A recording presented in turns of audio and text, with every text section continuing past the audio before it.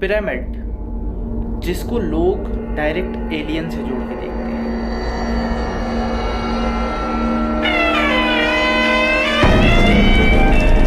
मिस्र का ये पिरामिड है जिसको गीज़ा पिरामिड के नाम से जाना जाता है, पर ओरिजिनल नाम इसका गीज़ा पिरामिड नहीं है।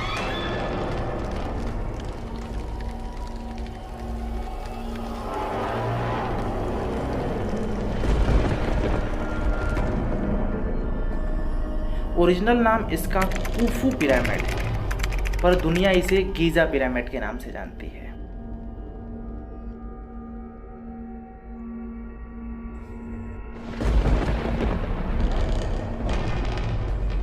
आज हम इसको थोड़ा करीब से देखने वाले हैं कि क्या सच में इसे एलियंस ने बनाया है या फिर ये एलियंस को कनेक्ट करने का कोई एक एडवांस वर्जन है जो कि हमारे पूर्वज उनसे कनेक्ट रहा करते थे।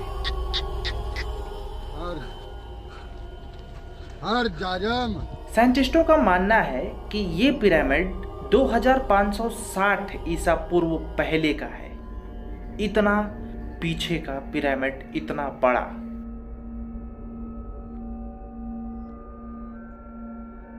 इसकी ऊंचाई 147 मीटर है। दरअसल कहा जाता है कि मिस्र के लोगों का ये मानना था कि मृत्यु के बाद भी जिंदगी चलती रहती है।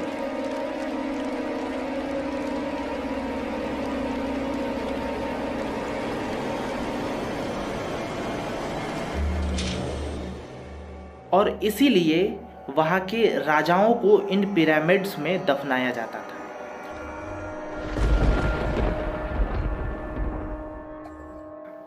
वो भी ऐसे ही नहीं दफनाया जाता था, उनके लिए प्रॉपर जानवर, खाना जिसे वो खा सकें, और बर्तन, कपड़े, जो भी ज़रूरत का सामान था उन राजाओं के साथ में दफना दिया जाता था।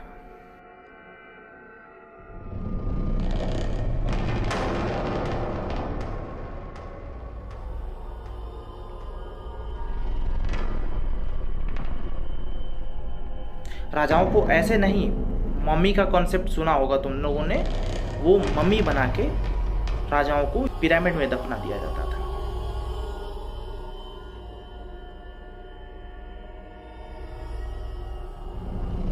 वैसे अभी तक खोज जितना भी हुआ है इसके अनुसार ना कोई ताबूत मिला है और ना ही कुछ ऐसा चीज़ जिससे ये प्रूव्ड हो सके कि ये स्टोरी जो है वो सत्य है। ये काल्पनिक स्टोरी भी हो सकती है। अब देखो, एक अचरज की बात है कि ये पिरामिड्स में जितने भी ब्लॉक्स लगे हैं, ये बहुत सारे ब्लॉक्स से मिलके जैसे बना है, और ये ब्लॉक्स की जो वेट है, जो वजन है, वो लगभग 2700 किलो से लेके 70,000 किलो तक एक ब्लॉक का वेट है। अब सोचो इसे कैसे उठाया गया होगा।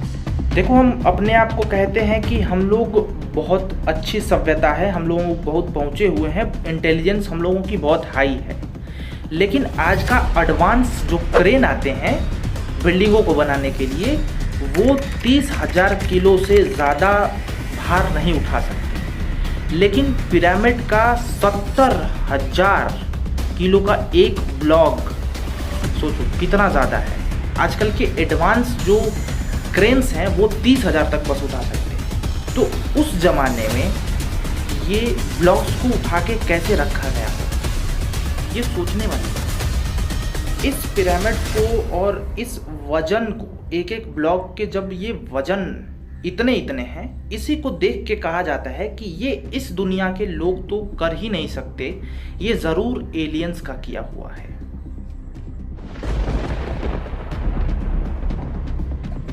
पिरामिड्स में टनल्स हैं छोटे छोटे। अब एक टनल्स में एक रोबोट भेजा गया। जब रोबोट वो गया अंदर ना, तो उसमें एक बंद दरवाजे टाइप का दिखा, तो रोबोट को बाहर फिर से ला दिया गया और रोबोट में एक ड्रिल मशीन फिट करके और भेजा गया ताकि वो दरवाजे को खोल सके, यानी उसमें होल करके छोटा सा अंदर देखा जा सके कि अंदर कुछ है या नहीं है।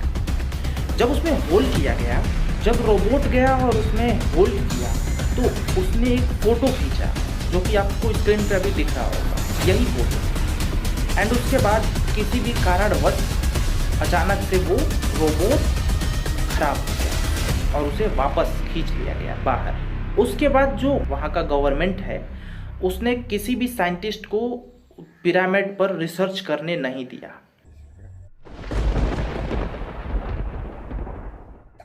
गवर्नमेंट ने अब बैन कर दिया है कि पिरामिड पे कोई भी एक्सप्लोर नहीं करेगा, मतलब उसको कोई भी एक्सप्लोर नहीं करेगा। अगर साइंटिस्ट चाहे तो उसे खोद तोड़ फोड़ नहीं कर सकते, उस पर रिसर्च नहीं कर सकते। वहाँ की गवर्नमेंट का मानना ये है कि अगर ज़्यादा रिसर्चेज होंगे एंड देन कोई प्रूव हो गया कि ऐसे ही है, ये है, वो है, तो वहाँ का जो टूरिज़्म है ना वो एक तरीके से थम जाएगा।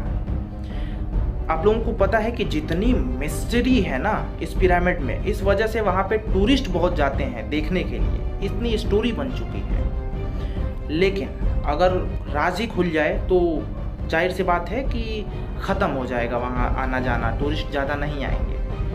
तो इसीलिए वहाँ की गवर्नमेंट ने इसे बैन कर दिया है। पिरामिड के यहाँ कुछ ना मिलने पर यही स्टोरी है कि राजाओं को मम्मी बना के और उसमें दफना दिया जाता था, खाने पीने, थाली बर्तन इन सभी के साथ में। क्योंकि अभी तक ना तो कुछ ऐसा मिला है और ना ही कुछ है, तो इस स्टोरी को बहुत बढ़ा चढ़ा के पेश किया जाता है। कोई क्या बोलता है, कोई क्या बोलता है, लेकिन ये स्टोरी बिल्कुल निराधार है, इसका कोई भी प्रूफ नहीं है, लेकिन बस है। उम्मीद है कि आप लोगों को हल्का सा कॉन्सेप्ट समझ में आ गया होगा, पूरा का पूरा ही समझ में आ गया होगा। आई होप, मैं आशा करता हूँ। नहीं समझ में आया, मेरी कुछ गलती है तो कमेंट बता सकते हैं।